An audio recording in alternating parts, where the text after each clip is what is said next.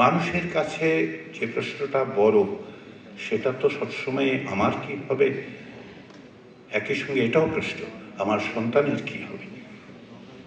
আপনার সন্তানকে আরেকবার রাজপথে গুলি খেয়ে মরুক আপনি চান? আপনি কি চান এদেশে একটা দুর্নীতিমুক্ত ব্যবস্থার জন্য প্রতিষ্ঠান তৈরি হোক? আপনি কি চান যে আপনারা যারা প্রশাসনে আছেন তারা প্রভাবমুক্তভাবে কাজ করতে পারেন? সেই প্রশ্নটা আপনাদের, সেই প্রশ্নটা নাগরিকদের কাছে নেই। মানুষ পরিবর্তন না চাইলে জুলাইয়ের গণঅভ্যুত্থান হতো না। মানুষ পরিবর্তন না চাইলে এই যে প্রক্রিয়ার মধ্যে দিয়ে আমরা আছি সেই প্রক্রিয়াতে অংশগ্রহণ করতেন না। রাজনৈতিক দলগুলো তাদের পক্ষ থেকে প্রার্থী দেবেন, আপনাদের প্রত্যেকেরই রাজনৈতিক অবস্থান থাকবে, প্রকাশ্যে হয়তো সেটা বলবেন না, প্রজাতন্ত্রের কর্মচারী হিসেবে দেখাতে পারবেন না, কিন্তু ভোট তো আপনারা দেবেন, কাউকে না কাউকে ভোট দেবে, নাগরিকটা কাউকে না কাউকে ভোট দেবে। ভোট দিন, সকলকে উৎসাহিত করুন। কারণ কি? কারণ হচ্ছে বিভিন্ন মত এবং পথ নিয়েই বাংলাদেশ। আমরা ধর্মের দিক থেকে, বর্ণের দিক থেকে, এক অর্থে অঞ্চলের ভিত্তিতে বিভিন্নভাবে আমরা আসলে একটা বহুমাত্রিক দেশ। ফলে মতের পার্থক্য থাকবে, কিন্তু আমাদের এটাও এক জায়গায় আসতে হবে, আমরা ভবিষ্যৎটা কিরকম ভাবে তৈরি করতে চাই।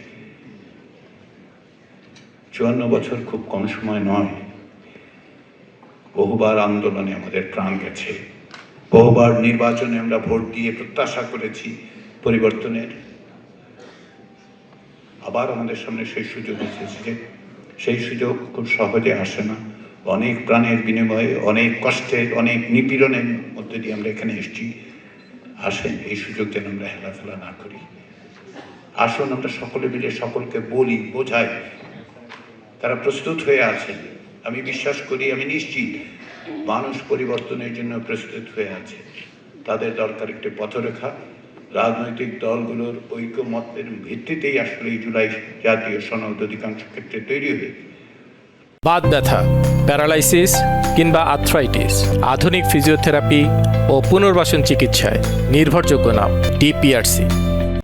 গণভোটের ব্যাপারে রাজনৈতিক দলগুলো কি বললো না বললো, তার সবচেয়ে বড় কথা হচ্ছে যে সমস্ত বিষয়ে রাজনৈতিক দলগুলোর মধ্যে কোনো রকম ভিন্ন মত ছিল না, সেটা হচ্ছে গণভোট। কোনো রকম ভিন্ন মত ছিল না। তারা তাদের নিজের প্রচারের কারণে হয়তো কেউ কেউ খানিকটা মৌনতা থাকবে, খানিকটা দ্বিধা থাকবে, থাকতেই পারে। তারা তো ক্ষমতায় যাওয়ার জন্য তাদের প্রার্থীদের কথা বলবেন। তা আপনারা কার কথা বলবেন? আপনার তো একজন প্রার্থী না, আপনি তো দল নয়, আপনার জন্য তো দেশ। সেই দেশের জন্য বলুন। সেটাই হচ্ছে গণভোট, সেটাই হচ্ছে হ্যাঁ না। কেউ কেউ আমাকে প্রশ্ন করে, দলের তো প্রতীক থাকবে, গণভোটের প্রতীক কি? গণভোটেরও প্রতীক আছে, সেটা হচ্ছে টিক চিহ্ন। দলের যেমন প্রতীক আছে, গণভোটের প্রতীক আছে। সবাইকে বলুন, গণভোটের প্রতীক টিক চিহ্ন, ভোট দিন সেখানে। আসুন আমরা সকলে মিলে চেষ্টা করি।